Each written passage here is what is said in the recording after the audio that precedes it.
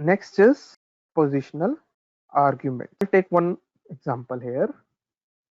Def sub a comma b return a minus b print sub 10 comma 5. So you can add all the arguments directly in this return state. Let me take a function def say anything, name comma anything, print hello, then a name, and let's say anything, name equals to a b c.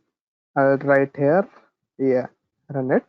In this example I didn't define what is a and what is b, and in here I just defined name will be abc and anything will be a. What if I do it like this? Say anything abc name, which is the first part only because this should be name, but what if I write here name a again? Okay, and when I run it, it will give me value because I assigned multiple values for argument name. If I change it to anything, it will run. Okay, let me take another example. This particular thing is called default argument. Def say anything, and then name equals to abc, anything equals to a.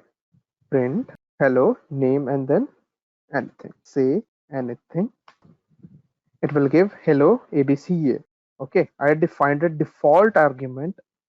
If you do not pass any argument, it will give the result abc and yay. And if I would have passed any argument, Tim Jason, it will give hello Tim Jason. Suppose it has one more element, soon xyz. Print soon. If I run say anything, it will print hello abc yay and xyz. It will have printed abc yay and xyz. If I say print Tim and Jason, it will say hello Tim, Jason and xyz. It will change the first two elements and the soon will be same. And if I assign it, let's just say name equals to Tim and I wanted soon to be Jason.